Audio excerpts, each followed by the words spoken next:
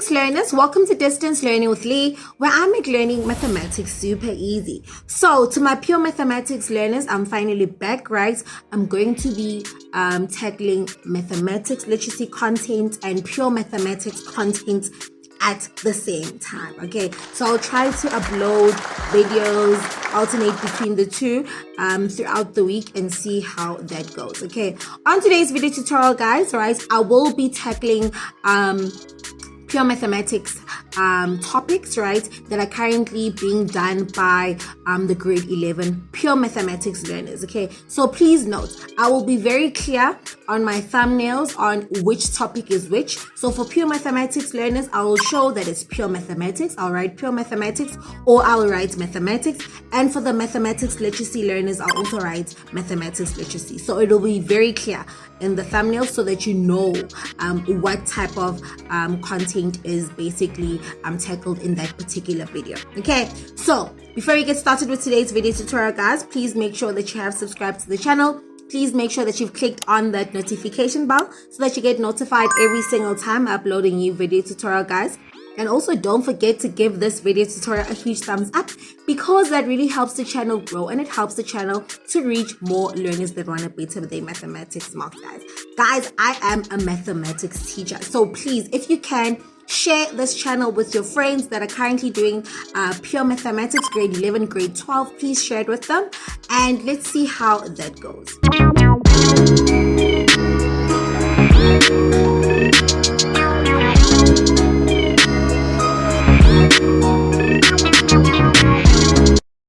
So in today's video tutorial, guys, we are going to be tackling the sine rule, okay? And it's actually the next 3 video tutorials that I'll be uploading. We're going to be looking at the sine rule, we're going to be looking at the cos rule, and we're going to be looking at the area rule and how to apply these rules, okay? And the main reason why we're learning how to apply the sine rule, the cos rule, as well as the area rule is that from this point, you guys have basically learned how to basically calculate unknown sides and unknown angles, right, of a right angle triangle. So it's very easy for you to calculate maybe an unknown side of a right angle triangle because you can just use your trig ratios, right, your SOHCAHTOA to help you find an unknown angle and an unknown side, okay? But now what happens when the triangle that you're dealing with is not a right angle triangle, right? So what do we need to do? How do we calculate an unknown side? How do we calculate unknown angle or an angle that is required if you are dealing with a triangle that is not a right angle triangle? Okay, so this is where now the sine rule comes in, the cos rule comes in, right? And with the sine rule, guys, before you can even apply the sine rule, you need to look for certain conditions, and these conditions are going to be a guide to help you determine whether you can use the sine rule or to help you determine whether you can use the cos rule. Okay, so let's have a look at the conditions that need to apply, right, for you to be able to use the sine rule. Okay, so the sine rule can be applied when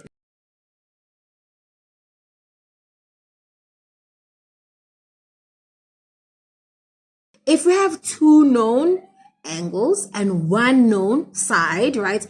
If we have that, if that triangle basically satisfies that condition, we know that we can apply the sine rule. Or we can also apply the sine rule if we have 2 known sides and 1 known angle. And you need to take note, with these 2 known sides and 1 known angle, right, this angle should not be an included angle. Right. So what do I mean by all of this? Okay, let's just have a look at this example. Let's say you've got a triangle, right? So that is my triangle. Okay. And in this triangle, they basically tell us, okay, this is triangle A, B, and C, right? And in this triangle, they give you this angle here. Maybe they'll say that this angle is 28 degrees, okay? And they will give you maybe this angle there, and they'll say maybe that angle is 47 degrees. and they give you side BC, and they tell you maybe side BC is equal to 25 centimeters, okay? So from this angle, what we can basically deduce is that we have two known angles, right? Because we see that we've got angle C. Our angle C is equal to 28 degrees. And we're also given angle A, which is equal to 47 degrees, right? So we've got two known angles. And we also have one known side, right? So this known side is side BC, right? So because now this particular triangle satisfies those conditions, then we can go on to basically use the sine rule to maybe calculate angle B. We can use the sine rule to calculate side AB. We can use the sine rule to calculate side AC. Okay, but actually we don't even have to use the sine rule to calculate angle B, because you can just use sum of the interior angles of a triangle is equal to 180 degrees to help us calculate angle B. Okay, but in this case, I think you guys get my point that we can actually use the sine rule in this case because this condition is met. Okay, and then let's look at our second condition. The second condition says that you need to have two known sides and one known angle. Okay, how would this triangle look, right? With the known angle, I've said that that angle must not be an included angle. What do I mean by this?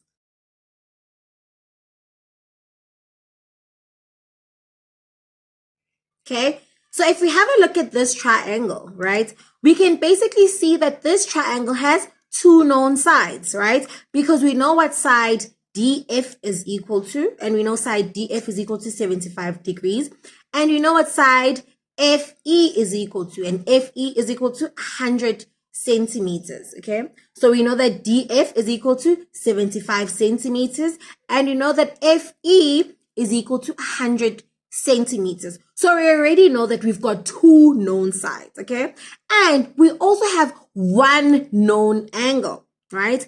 And this known angle is not an included angle. So what do I mean by an included angle, right? So an included angle is an angle that is between two known sides, right? So for example, if I had an angle here, right? If I had an angle here, maybe let's say there was an angle here, which was 46 degrees, right? We would call this angle F an included angle, right? Because this angle is in between two known sides, okay? But because in this case, right, we've got an angle that is not in between two known sides, then we know that this angle is not an included angle, right? Guys, you need to make sure that you get this part, okay? So now we know that if you've got two known sides and one angle that is not an included angle, then you can basically apply the sine rule, right? So these are the two conditions that we need to check before we apply the sine rule, okay?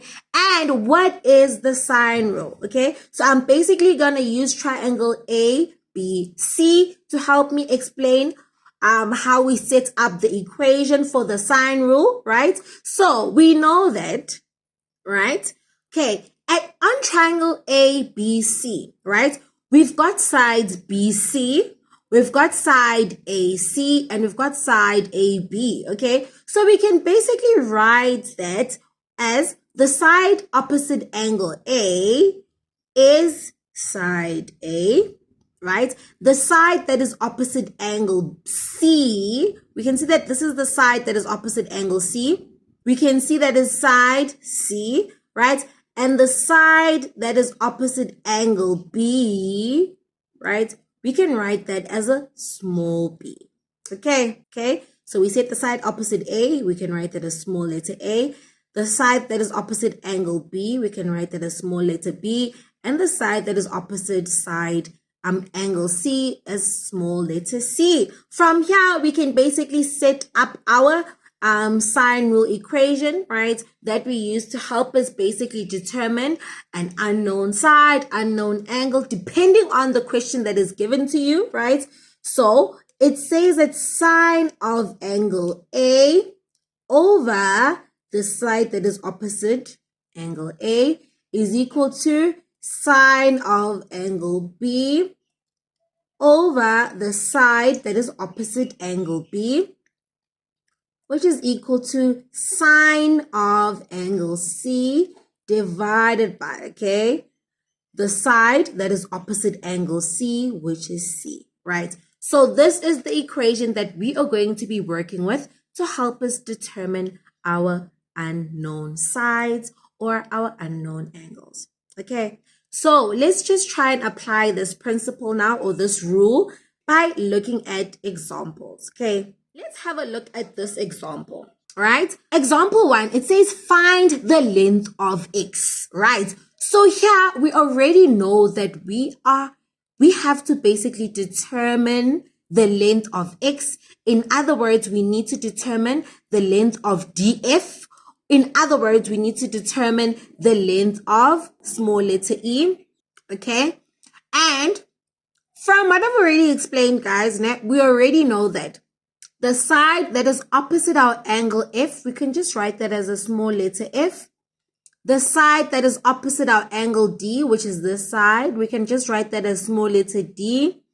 And the side that is opposite our angle E, we can just write that as small letter e, right? Then the next step is we need to basically check to see if we can apply what? The sine rule, right? And we know for us to be able to apply the sine rule, right, you need to check if you've got an angle, and a side, right? So you need to check if you've got two known angles and one side, or you need to check if you've got a side, and an angle that is not an included angle, right? So in this case, guys, we can see that, okay, you've got what? You've got two angles, right? Because we already know that here we've got angle D, right? That is given to us as 96 degrees. And you already know that, okay, we also have angle F that is given to us. So we've got two angles, right? What else are we given? We can see that we are given one side, right? Our FE, the length of side FE is equal to 21 centimeters, right? So we can see that this condition is actually met, right? So from here, because we've got two angles and one side that is known, two angles that are known and one side that is known, then we can basically now apply the sine rule, okay? How can we structure our equation? Because we're trying to find x, right? We can say that we're trying to find what our x is equal to, right? So you can say sine of E, sine of angle E over small letter e. So the small letter e basically denotes side df or side x, which is equal to, okay, these two go together. Okay, what else can we use to help us? So we need to also look at a known angle and a known side. So we're going to just use sine of d over small letter d. Okay, and we are practically good to go. But from just looking at us just setting up this equation, right, you can already see that there's something missing. What is missing? We don't know what E is. So from the left-hand side of this equation, right, we've got two unknowns, right? We don't know what angle E is equal to, and we do not know what E, or we can just write it as X. And we do not know what X is equal to, right? So how can we basically determine angle E, right? Remember, guys, the sum of the interior angles of a triangle equal to 180 degrees, right? So meaning that if you add D plus E plus F, right? When you add up all these angles, you need to get to 180 degrees. Why? Because interior angles of a triangle equal to 180 degrees, okay? Or you can say interior angles of a triangle, okay?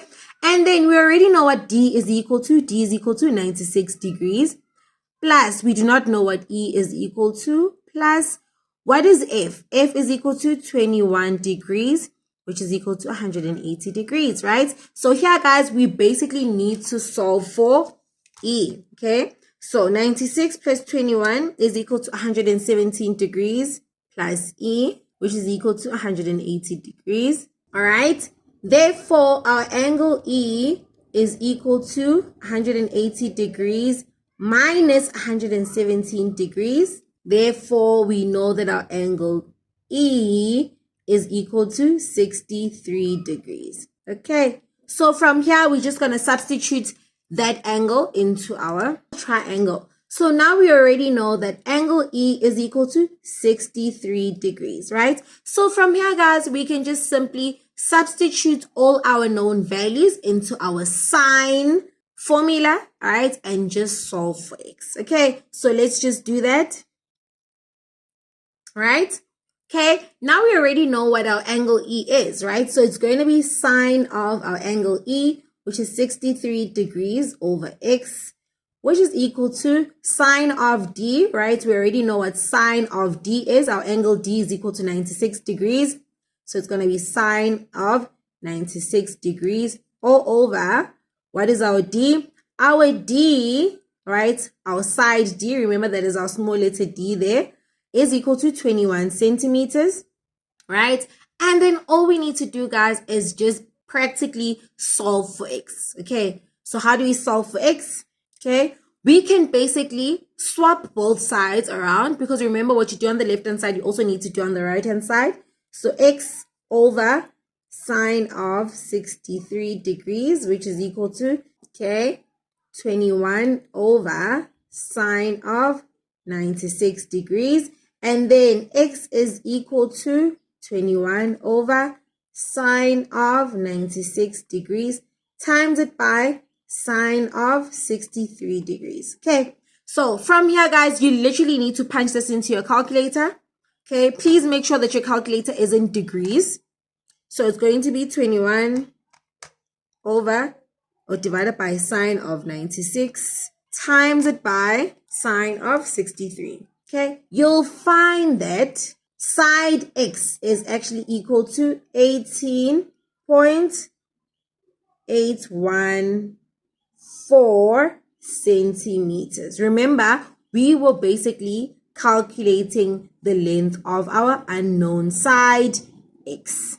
Okay, right? So we've basically calculated the length of our side DF, and our side DF, right, or the length of our side DF is equal to 18.81 centimeters. Okay, and we are basically done. All right, so with this, the sine rule, guys, it's really important that you need to basically check if the conditions are met. Do you have two angles and one known side, right? Or do you have two sides and one angle that is not an included angle, right? Once those conditions are met, right, then you need to basically set up your sine equation, right? So it's, you know that it's sine of A over small letter A. So sine of the angle, right, divided by the side that is opposite that angle, which is equal to sine of B, right, divided by the side that is opposite that angle, right? And then when you're substituting or working towards whatever value that you'll be calculating, you need to think, you need to have two knowns, or at least three knowns and one unknown. There, you'll be able to just, once you have three known values, then you can just substitute all those values into your formula and just solve for the value that you are basically asked for. All right, so I hope I didn't lose anyone. Let's look at the next question and then it'll make more sense there, okay? Right, let's look at example number 2, all right? It says find the size of our angle alpha if alpha is an obtuse angle, right? So guys, quickly, what is an obtuse angle, right? We already know that an obtuse angle is an angle that is greater than 90 degrees, but it's less than 180, okay? That's what we're dealing with when we are talking about an obtuse angle, right? So whatever angle that we get, that angle needs to have, when we do our calculations, we need to get a value for alpha, right, that is greater than 90 degrees, but it must be less than 180 degrees because we are told that alpha is an obtuse angle, right? So now let's check to see if we can apply the sine rule, right? We have to first check to see if we've got two angles, right? And one known side, right? Or we need to check to see if we've got two sides and an angle that is not an included angle, right? So let's check. So in this question, we already see that, okay, we already have side PQ, right? So we've got one side that is known. We've got side RQ. We've got two sides that are known, okay? And we already see that we have got angle, a known angle here. Angle R is equal to 28 degrees. Okay, so from here, we know that we can use the sine rule to basically calculate an unknown angle, or we can use the sine rule to calculate an unknown side, right? It just depends on the question. We can calculate the side that is unknown, or we can calculate an angle that is unknown. Okay, so from here, right, we can see that the condition that is basically satisfied is the condition of having a side, and an angle, right? Do you guys agree that this angle is not an included angle, right? This is not an included angle because this angle is not in between two known sides, okay? If we had an angle on Q, then we were going to say that that angle was an included angle, right? But in this case, the angle R is not in between two known sides, then we know that it's not an included angle, right? So from here, guys, we know that because we've got side, and angle, we can apply the sine rule, okay? Let's just set up our sine rule equation, right? So we know that here, we are basically, our main goal is to find out what our alpha is, right? So we are basically going to say, right, we're solving for alpha, sine of alpha, right, divided by the side that is opposite the angle that we want, okay? So you can either write that as a small letter p, or you can even just write RQ, okay, which is equal to, right, what else do we have, right? We've got angle R and the side that is opposite our angle R, right? So it's going to be sine of our angle R divided by our side PQ, or you can even say small letter r, okay? Right, and then from here, guys, we need to substitute all the values that we already have, right? So sine of alpha over or divided by RQ. What is RQ? It's equal to 70 centimeters, which is equal to sine of your angle R. So sine of our angle R is 28 degrees divided by PQ. So PQ is the side that is opposite our angle R, which is 34 centimeters. Okay, I think also a nice hack is that if you are trying to calculate your angle, right, make sure that when you set up your sine equation, you start off with the sine of the angle divided by the side, because you're trying to solve for the angle, right? If you're trying to determine a side, then you can start off with the side divided by the angle, right? When you're setting up your equation, that just makes it simpler and easier for when you now need to basically solve for whatever it is that you want. Okay, right. So here we're going to isolate the sine of alpha. So sine of alpha is equal to sine of 28 degrees divided by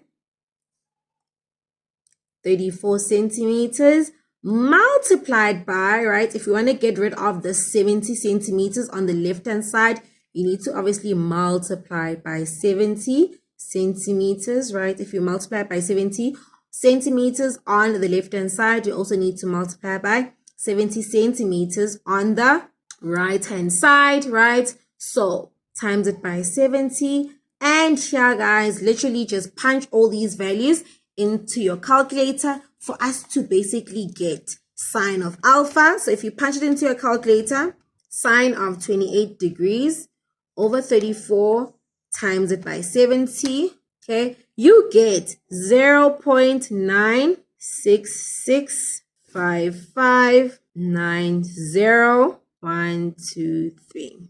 Okay, And then guys, we are not done. We haven't basically solved for alpha, right? Because remember, we've got sine of alpha on the left-hand side, okay? We want to determine what our angle alpha is equal to, right? So here, guys, you can go and basically say shift sine. So alpha is equal to shift sine, right, of 0.9665590,999. Okay, so please take note of how they ask you to basically round off your answers in your question, because that is basically going to affect your final answer. Okay, but I'm just going to keep my answer like this, right? So it's going to be sine inverse. So alpha is equal to sine inverse. What do you get? You get your alpha is equal to 75.14083637. Okay.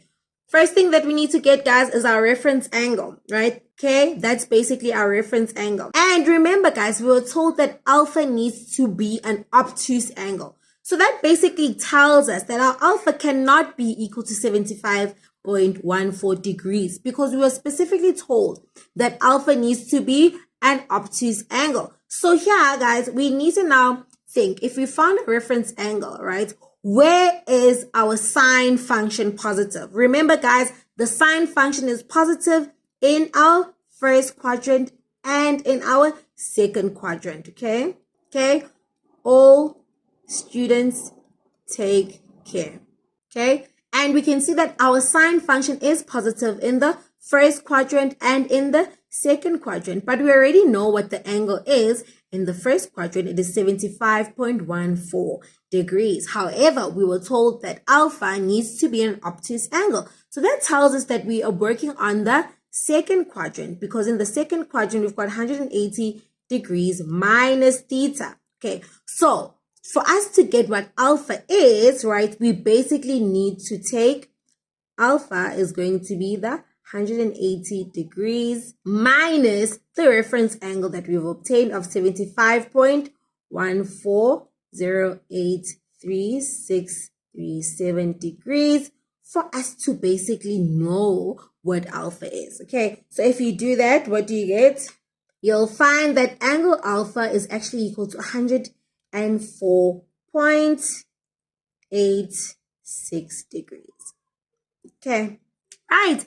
And then we are basically done, right? So this question was quite a mouthful, right? Because we're actually given a condition about alpha, right? In this case, if they didn't tell us that alpha needed to be an obtuse angle, we wouldn't have to get the reference angle, and from that reference angle, ask ourselves, where is our sine positive, right? Because remember, when we basically calculated sine of alpha, we got 0.9665590,999, a positive number, okay? And because it's a positive value, we need to then ask ourselves, when we're calculating our reference angle, where is our sine function positive? And our sine function is positive in the first quadrant and in the second quadrant, right?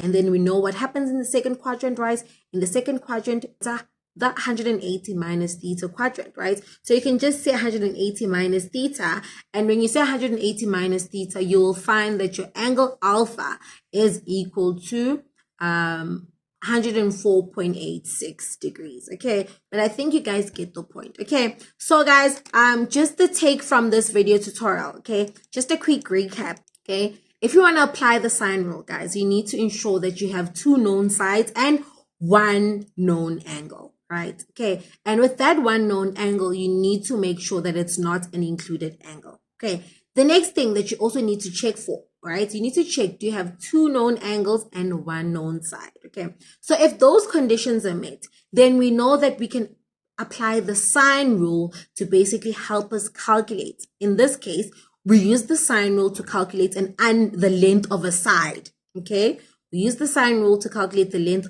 of the side DF. Okay, or if that condition is met, we can also use the sine rule to calculate the length of an unknown angle. Okay, why did we not use trig ratios in this case, right? Your SOHCAHTOA. We couldn't use our SOHCAHTOA in this case because when we look at these triangles, we're not dealing with right angle triangles. In that case, we know if you're not dealing with a right angle triangle, we need to either use the sine rule or the cos rule to help us determine unknown sides and unknown angles. Okay, so I hope this video tutorial was super informative. Please keep it locked to the channel for the next video tutorial that I'm going to do, where I basically dissect the cos rule and the conditions that must be met before you can apply the cos rule. And I'll also be doing another video tutorial where I go and explain the area rule, and then we're going to look at the derivations, how you derive the sine rule, how you derive the cos rule, and how you also derive the area rule. Okay, hope you guys enjoyed this video tutorial. Please share this video tutorial with all your friends, okay, if you really appreciated it, and please don't forget to give this video tutorial a huge thumbs up. Okay, and I'll see you guys on my next video tutorial. That is it, guys, and I'll see you guys on my next upload, Distance Learning with Lee, where I make learning mathematics super easy. Bye,